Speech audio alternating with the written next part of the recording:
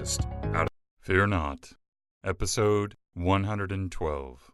Hi, I'm Billy Atwell, and I believe that consistently facing your fears is the only way to realize your truest self and to make those confident choices that will help you to obtain your deepest held hopes and dreams. I have faith that this podcast series will show you that you are not alone, that it will strengthen you and give you courage to face your fears, and that it will help you to permanently cross over into a life of living beyond your fears. Join me on this journey as we listen and learn from others as they share their experiences in facing and overcoming their own fears.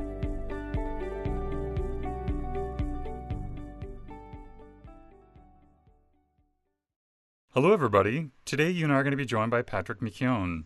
Welcome, Patrick. How are you today? Good, Billy. How are you? I'm doing well, thank you. Are you ready to fear not today? Am I ready? Yeah, pretty much. As ready as I can be. For the past 15 years, Patrick has been delivering training and breathing re-education to healthcare professionals and the general public with sleep disorder breathing and breathing pattern disorders. A speaker on TED Talks, Patrick is the author of 8 books and 4 DVD courses. His latest book is titled The Oxygen Advantage, and it explores improving sports performance in athletes. Patrick, can you take a few extra moments to fill in those gaps and maybe also give us a brief glimpse of your personal life? Sure. So my background was I had health problems like many other children and teenagers.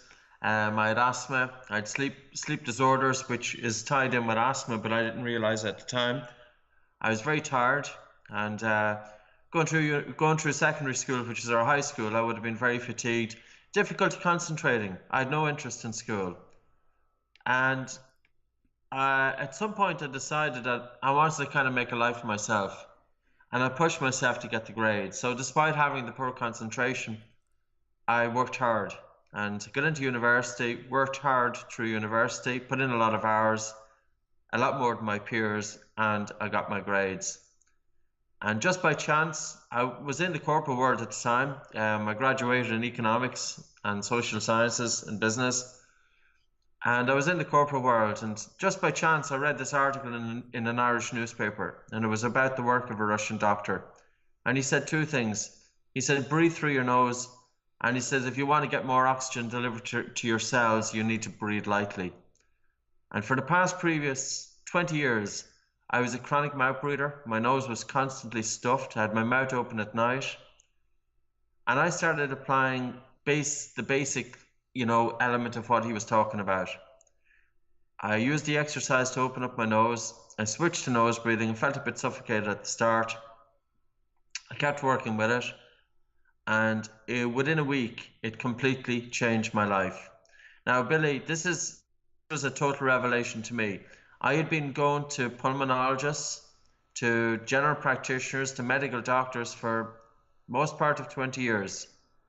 And nobody told me the simple words, breathe through your nose. I was a chronic mouth breather. I had dysfunctional breathing patterns. And, the difference, it was amazing. It was profound. To the point that it was a couple of years later, I decided that I was thinking of bringing somebody over from Russia. And I contacted the Russian embassy in Dublin because I couldn't speak Russian. And I had no way of connecting with the people in Russia.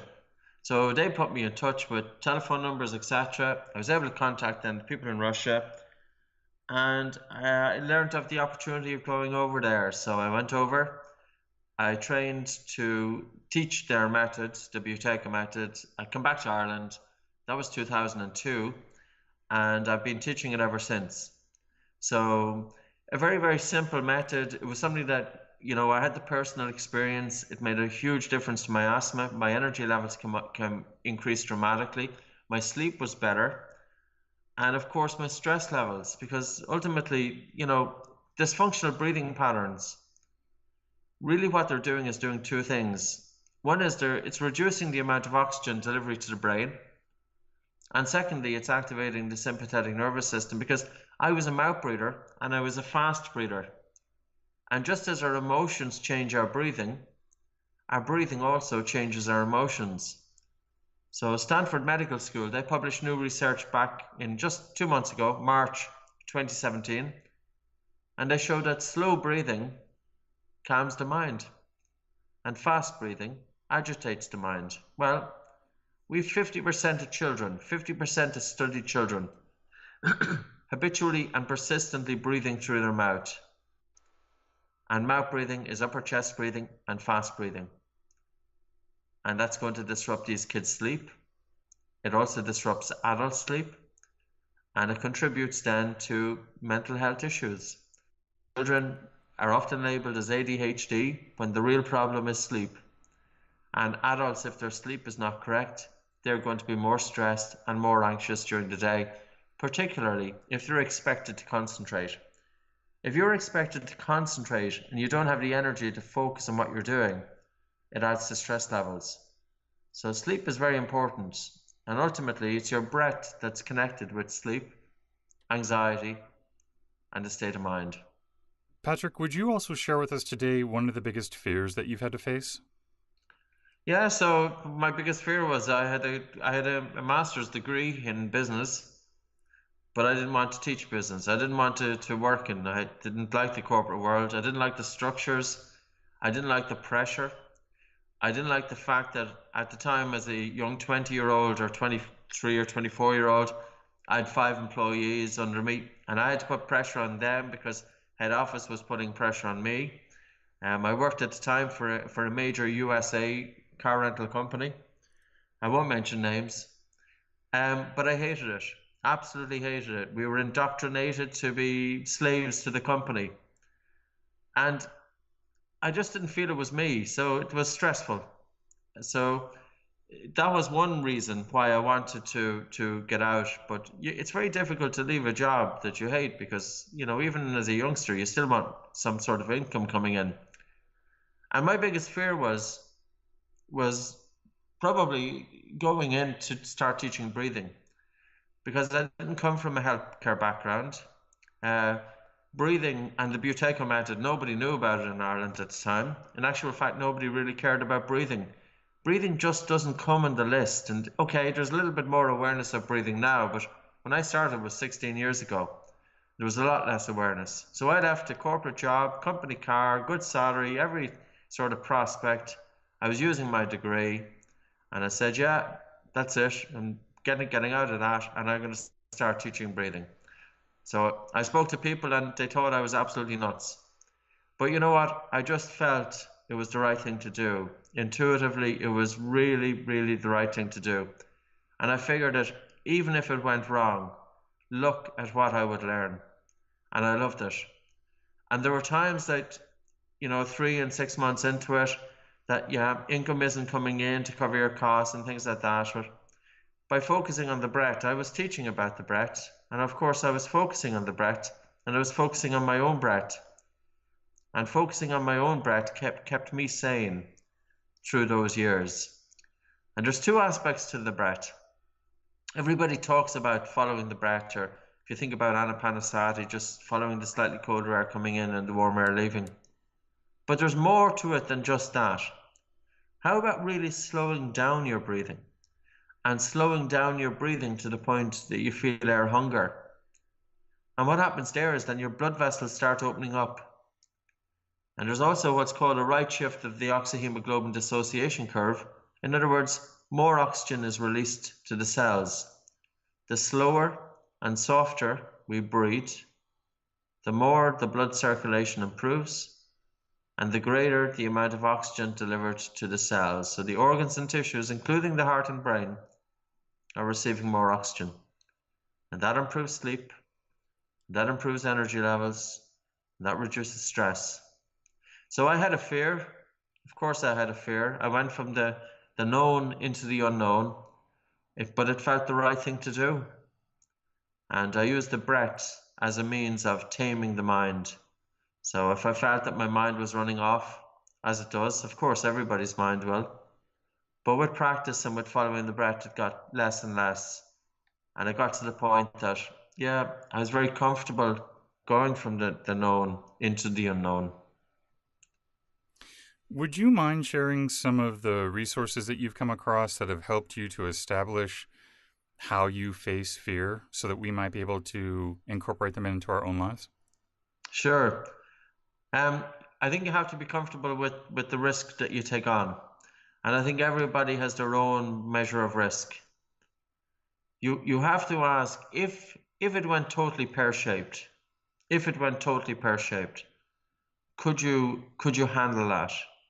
I think we have to approach it logically as well. I think it's crazy if just people jump in blind into something. But I also believe that we have to rely on our gut instinct. Does it feel the right thing to do? Not just based on logic. Logic isn't enough because logic is basically you're analyzing the past. But intuition is bringing the moment into the present. So I think it's a combination of if it goes totally pear-shaped, can you work your way through it? Can you deal with it? Can you deal with the fallout? And also relying on intuition that it's helping you to stay on track. And your own personal experience too. Start off small. You never want to go from A to Z. How about going from A to B, B to C? So I started off very small. I wrote my first book in 2003. That did pretty okay. And then I wrote another one in 2004. And step by step I built it up. And to the point that my last book took 4 years to write. And even that's a risk because you could spend 4 years writing a book and it mightn't even sell off the bookshelves. But again, you have to be patient, and I suppose the best thing to do is find a job that you love to do. And if you find a job that you love to do, it makes life so much easier. Are you ready for the speed run? Go for it. What individual, whether they be fiction or real, has made the most impact on your life? Eckhart Tolle. And if you could change one thing in the world instantly, what would you change? I would have a huge educational awareness about the importance of nose breathing. It affects orthodontics, sleep, anxiety, stress, and also on breathing re-education because how most of it is taught is not correct, and that's a problem. Don't take that big breath because it deprives the brain of oxygen. A deep breath is using the diaphragm, but it needs to be light. Slow down your breathing and don't overbreathe. And that's what I'd love to get that information out there.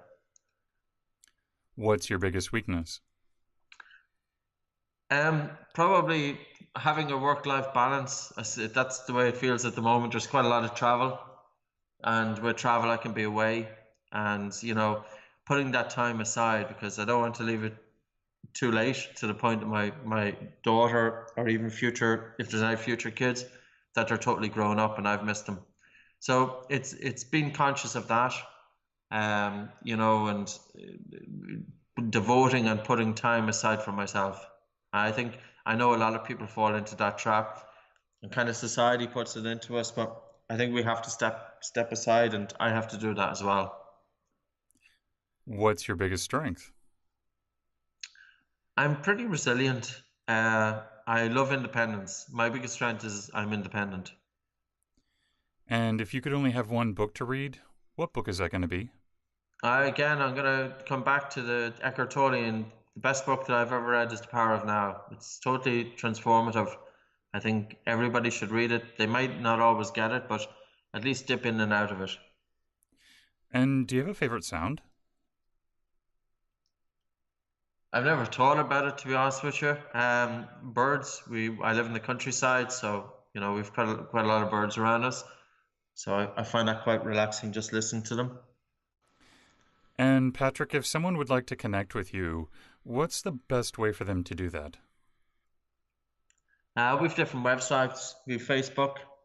So the website would be buteycoclinic.com. And we've another website for sports and mind is oxygenadvantage.com, or even just hook up through Facebook, Patrick McKeown. And Patrick, do you have any parting advice for us today? Yeah, I'm going to say one thing. I really, really start paying attention to the breath, not just following it, but breathing through the nose day and night. If you want to wake up with a good night, if you want to wake up feeling rested after you've had a good night's sleep, nasal breathing is the key. And it's now coming more and more attention to it. Don't spend your life going around with your mouth hanging open. I also want to let everyone know, too, that Patrick has generously donated a DVD course from the Buteyko Mindfulness Method series. So if you would like to win that copy of the DVDs, go to the giveaways page at livingbeyondyourfears.com and submit your free entry form today. Patrick, I want to thank you so much for coming on the show today and sharing your story of fear and throwing in that bonus with all helping us to breathe so that we can help reduce our anxiety. My pleasure, Billy. Thank you for joining me today. And remember, you cannot achieve everything, but you do have the God-given ability to achieve anything. So stay focused, out of fear, and keep on keeping on. Until next time, be well and peaceful. For more information on today's episode and guest, or for resources that will assist you in overcoming your fears, visit livingbeyondyourfears.com. And don't forget to subscribe to this podcast, where 3 times a week we move to a life beyond our fears.